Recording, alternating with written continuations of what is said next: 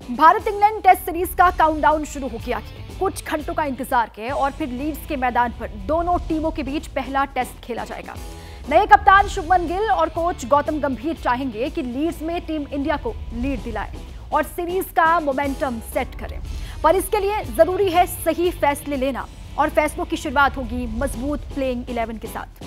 Playing में 3 point ऐसे हैं जिस पर शुभमन गिल और गौतम गंभीर को विचार करना जरूरी है। टीम इंडिया के ओपनर तो 100% तय हैं। इंग्लैंड के खिलाफ केएल राहुल और यशस्वी जायसवाल पारी की शुरुआत करेंगे। केएल राहुल का इंग्लैंड में रिकॉर्ड अच्छा है और इस बार भी प्रैक्टिस मैचों में वो 1 शतक और 2 अर्धशतक लगा चुके हैं।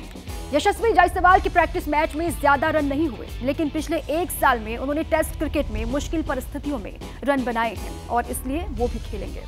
अब सवाल है कि नंबर 3 पर कौन खेलेंगे, तो कोच गौतम गंभीर इस पोजीशन के लिए करुण नायर को फिट देख रहे हैं।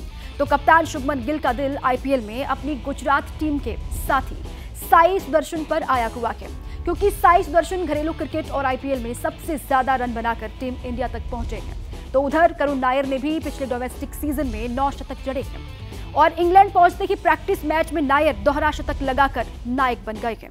इस पारी के ठीक बाद कोच गौतम गंभीर का एक स्टेटमेंट आया। उन्होंने कहा कि वापसी कभी भी आसान नहीं होती। करुण नायर ने घरेलू क्रिकेट में जितने रन बनाए, कभी हार ना मानने का जज्बा दिखाया। ये पूरी टीम के लिए प्रेरणादायक है। गंभीर के इस बयान के बाद नंबर 3 पर खेलने के ज्यादा चांस करुण नायर के ही लग रहे हैं। इसके बाद नंबर 4 भी बड़ी अहम पोजीशन है, जिस पर अब तक विराट कोहली खेलते थे। इस पोजीशन पर अब खुद कप्तान शुभमन गिल खेलेंगे। नंबर 5 पर हमारे उप कप्तान ऋषभ पंत उतरेंगे। अब आता है दूसरा सवाल, वो ये कि क्या गंभीर और गिल एक ऑलराउंडर खिलाना चाहते हैं या फिर 2। देखिए, शार्दुल ठाकुर तो पक्का खेलेंगे, क्योंकि प्रैक्टिस मैच में उन्होंने अर्धशतक के साथ साथ 4 विकेट भी निकाले हैं। नीतीश रेड्डी का प्रदर्शन बैटिंग तो ठीक रहा है, लेकिन उन्हें प्रैक्टिस मैचों में विकेट ज्यादा नहीं मिले। अगर नीतीश को गिल गंभीर नहीं खिलाते हैं तो एक एक्स्ट्रा बैट्समैन टीम इंडिया के प्लेइंग 11 में जुट जाएगा। ऐसे में करुण नायर और साई सुदर्शन दोनों खेल जाएंगे।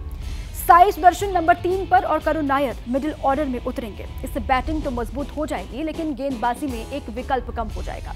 इसलिए फैसला बहुत सोच समझकर करना पड़ेगा कि 2 ऑलराउंडर या फिर एक एक्स्ट्रा बैट्समैन। इसके बाद नंबर 7 पर इकलौते स्पिनर होंगे रविंद्र जडेजा, जो गेंद के साथ बल्ले से भी टीम के काफी काम आएंगे। इंग्लैंड की सरजमी पर परिस्थितियों और ड्यूक बॉल की सीम और स्विंग को देखते हुए तेज गेंदबाजों का चयन भी बहुत अहम है।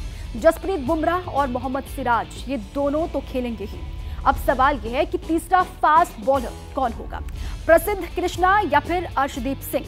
प्रसिद्ध कृष्णा घरेलू क्रिकेट और आईपीएल में सबसे ज्यादा विकेट लेकर टीम इंडिया में वापस आए हैं, लेकिन अर्शदीप सिंह T20 क्रिकेट में शानदार प्रदर्शन करने के बाद पहली बार टेस्ट टीम में आए हैं और बाएं हाथ के तेज गेंदबाज होने की वजह से इंग्लैंड में टीम इंडिया को एक वैरायटी दे सकते हैं। आपको क्या लगता है? आपके लिए पहला सवाल, नंबर 3 पर टीम इंडिया को किसे खिलाना चाहिए, करुण नायर या साई सुदर्शन। दूसरा सवाल, 20 जून से शुरू हो रहे लीड्स टेस्ट में 2 ऑलराउंडर को मौका देना चाहिए या फिर एक एक्स्ट्रा बैट्समैन। और तीसरा सवाल, टीम इंडिया का तीसरा पेसर कौन होना चाहिए, प्रसिद्ध कृष्णा या फिर अर्शदीप सिंह। कमेंट सेक्शन में हमें जरूर बताइए, क्योंकि आपकी राय हमारे लिए बहुत अहम है।